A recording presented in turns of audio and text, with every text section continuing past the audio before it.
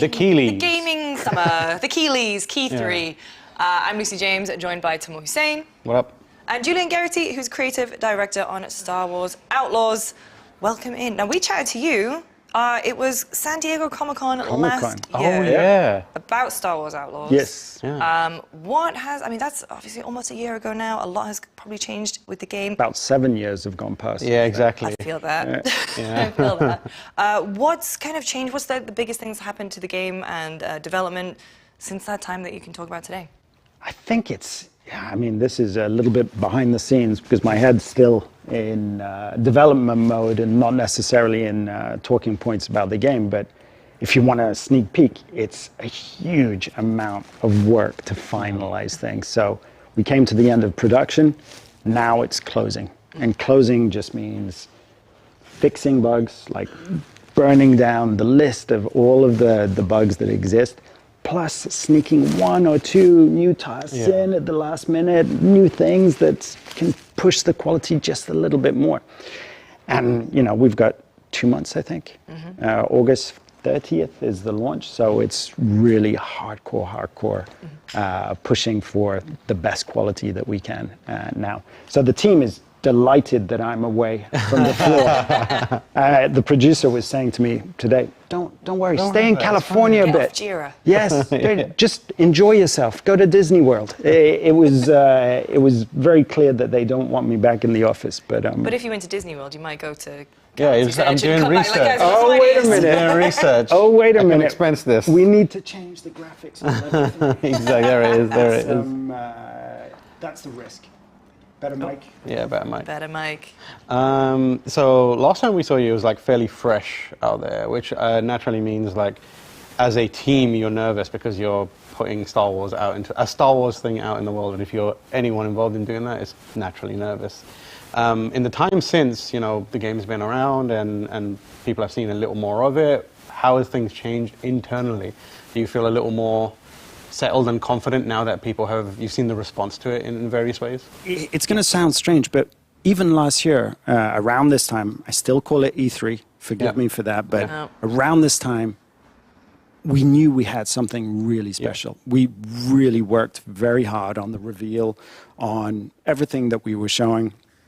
We were so happy with the experience that we were putting forward, the characters that we'd created, the whole promise of a scoundrel adventure within an open world Star Wars. So in a way, and this is very much living in yourself, but if you're super confident and you love what you've done, it's more of like this privilege of just showing it to the audience. So it was just a burst of pride and showing those assets. So and it had a great response. So we were genuinely thrilled. I mean, there are pictures of the studio watching the Ubisoft Forward event last year, and the dev team going bananas. And it's just such an injection of energy and positivity. So big fan of those moments. That's awesome. In terms of like, it must be really interesting from your perspective, because Star Wars right now, it seems to be going in so many different directions. You know, they have the classic lightsaber stuff, and then you got Andor and various other flavors to it. What's it like making a game, and how do you, when you're approaching the game, trying to make something that you know will stand the test of time and not be like swayed by a change in the taste around Star Wars, you know what I mean? I do. It's a tricky one because as creators, and again, I'm counting the whole team, the core team, when we started working on this, we went back to what Star Wars meant to us. Right. So it's a little bit selfish, and it's hundreds of people work on this game, but this is a little bit selfish in the sense that we were true to this vision of what can we do, which is building on the core strengths of the team, open world, the scoundrel fancy, the outlaw fancy, player fancy, or archetype for Star Wars within the classic trilogy of Star Wars. Right. And once you put those three things together, that's what you have to be true to. And that's the creative vision from day one, where, okay, that's what we're going for. That's what we're trying to do. And to be honest, it's such a childhood dream come true to work within that original trilogy. So Yeah. I guess very selfish. Now that I think about it, it was a bit of a stupid question because like, It's not a stupid question. the way I It's a see it great now is like, question. yeah, it's like, now that I think about it, there's a lot of flavors of Star Wars, and people do have different opinions on everything that happened.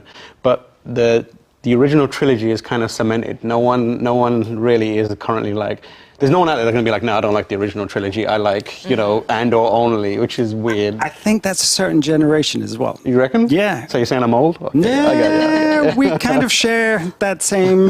You're much younger than me, but I do think that the original trilogy is such a cultural milestone for a whole generations. I think that just being able to work in that playground is a huge privilege. So we stay true to that. We stay true to the gameplay vision. We stay true to the strengths of the team. We push ourselves in a few areas, select areas where we want to improve as a team. And I think that's the contract, if you will. When it comes to, you know, you have so much from Lucasfilm to work with. You know, you have the annals of Star Wars history to dig into. And I'm sure you've had incredible, you know, collaboration with the team. What's the line for you when you're putting in things from the original movies to adding your own things? How many references and Easter eggs and things are kind of too much? Because do you want it to be, some instances, to be more of like a wink and a nudge, or a nudge? Nod? A nudge? Nudge or nod, or in between the two. Coming up with. New Star Wars word. Just We're workshopping. Yeah, and maybe we'll take it back to the drawing board. But how much is too much, and how much is kind of just enough? And because obviously you want to leave your own footprint and imprint on Star Wars. You know, you think you know Star Wars until the day you work on Star Wars, and then you realize, okay. Oh, there must be the lore masters. There are a few people over there that know absolutely everything. And I think one of the principles is not to make the galaxy feel too small. Right. So you don't want to, you know, got to catch them all of the iconic characters. But through the lens of the type of experience and the era that you're in, of course it makes sense for Jabba the Hutt to be in the game. Of course it makes sense for Kira to be in the game. In terms of other scoundrels, maybe Lando. You know, there are plenty of characters that make sense and that don't make the galaxy feel too small. But the real pleasure at the end of the day is coming up with your own stuff. And there's a wealth of knowledge shared by Lucasfilm Games with the team that allow us to craft new characters, but also a blaster, a starship, a spaceship, a creatures, Nix. All of these things were done by the team in collaboration with them, and are huge milestones for the team. So super creatively fulfilling as well. I thought you were going to say, you think you know Star Wars, then you see Darth Vader hitting the griddy in Fortnite and you don't know anything. I want to go back to what you said previously with, you know, the original trilogy being a cultural touchstone for so many people across the ages. Obviously that means that you have a wide spectrum of people who are now potentially looking at Outlaws as a way to experience more Star Wars, whether they play games or not. What are you doing? And obviously the genre that you're working within is often overwhelming in a lot of ways, especially to people who have little to no kind of interaction with video games. So what are you doing in the game to make sure that the people who aren't super familiar with games can still have a enjoyable, valuable Star Wars experience? It's a great question, and very early on, we all agreed that no matter who you are, no matter your level of skill, there should be enough accessibility options to allow you to not only play and enjoy, but also to finish the game. Right.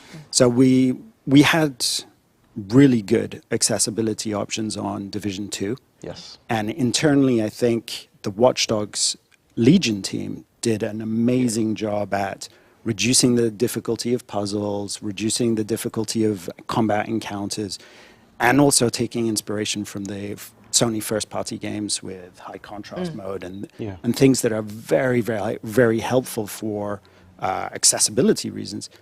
Taking all of those and creating just a long list of things that really can help everybody get the most out of the experience.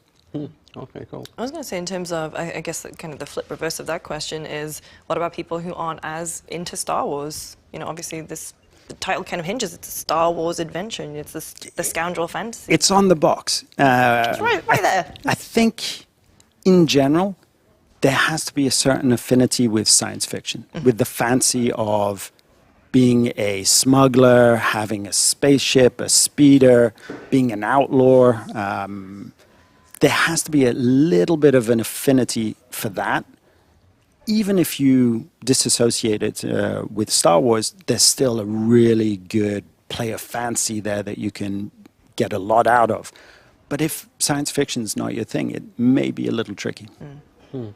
In terms of like that feeling of space, you know, being out there and making it feel vast, while also keeping things on track. You know, one of the things about Star Wars is like there's often the stakes are very, very, very high. Almost always in the original, it's like you got to sort this Darth Vader guy out as ASAP. You can't really go on little like side missions and stuff. How do you balance making sure that that sense of like impending a necessary thing is about to happen and you need to be there to resolve it? Is still working with the kind of core tenets of a open world experience in the scoundrel fantasy? It's a great question, and it works on many levels. I think the first thing is that we very early on decided that this was going to be more relatable, more personal. And making it more personal means that the stakes, that they're your character that are being threatened, that is under pressure. And that works even in an open world situation where you're kind of trying to stay under the radar, or you're building your relationship with different criminal syndicates. But the more linear narrative, the golden path adventure, it's all this story about somebody who finds themselves caught up in a situation that's much, much bigger than they are, with galactic stakes.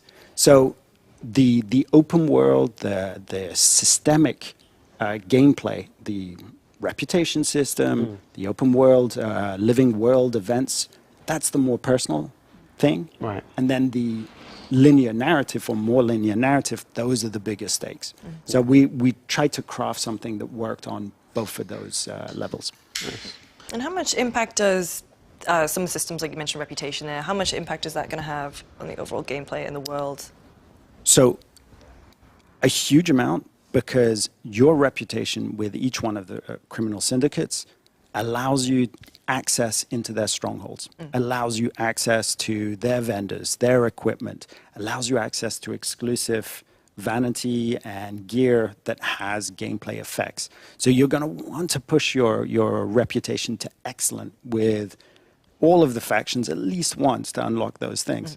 If your reputation gets terrible, they're going to send assassins after you. And the thing is that the decisions, the dilemmas that we're putting you through to influence your reputation, then going to be mutually exclusive. So you won't be able to be excellent reputation with the pikes and the Hutts at the same time. So it's a question of you balancing and spinning those plates in a way that makes sense for your experience. And it becomes a very personal story as well. I want to ask about the main character of the game, which somehow we haven't talked about yet. How do you approach creating a character in a universe where it feels like every character that could exist, every story that could happen with this kind of archetype has almost to some degree happened? How do you create a character that fits in between one of those without feeling like, oh, this is a piece of this character, a piece of this character, a piece of this character? I think there are always more stories to tell. There are always more characters to discover, to interact with, more character arcs to explore as well. I think the magical thing about Kay is that she isn't perfect. She isn't the coolest guy in the galaxy like Han Solo. She's somebody who isn't perfect, isn't particularly an outlaw when we discover her. She's a street thief who finds herself catapulted into these different adventures. Have you ever seen the Scorsese film After Hours? I think I have, yeah. So you haven't? No. It's really, really good. On my list. And it's basically a guy who finds himself over one night in New York City getting into worse and worse situations and just surviving, like almost recklessly heading into those things. And that is really kind of the story of Kay. It's somebody who's almost faking it until she makes it. So it's not a you know, this isn't a perfect outlaw. This is somebody who becomes somebody who's feared and respected by the syndicates, but doesn't start off like that at all. And I think even that, it's kind of interesting to tell. Yeah. I know we're coming up on time, and we're recording this, if you're watching the vlog, we're recording this the day before the Ubisoft Forward. We caught a tease, a new trailer at Summer Game Fest. Yes. What can you tease that we'll see from Outlaws tomorrow at Ubi Forward? That's within... That won't get a knife thrown from that corner of the room at us. To be honest, I don't know what I can talk about or not, so I'm just going to talk about it. There will be Star Wars. There'll be some Star Wars. Some Outlaws. Yeah. Some Couple of Outlaws. Star Outlaws, Wars. No, we're going to come with a few things. We have a playable demo with 3 different experiences, very varied experiences. It's about an hour's worth of gameplay. There's a lot of different content. We're super, super excited about showing it to everyone. Well, thank you so much for coming by. Thank you. Yeah, and yeah, game comes out August 30th. That's right. Exciting. Very excited to see more of it and play it, yeah. Thank you for having us. Thanks again. Thank you. Make sure you stay tuned. We've got lots coming up today. We've got Assassin's Creed Shadows, Marvel Rivals. What else have we got? Blumhouse is going to be here. So don't go anywhere. Yeah.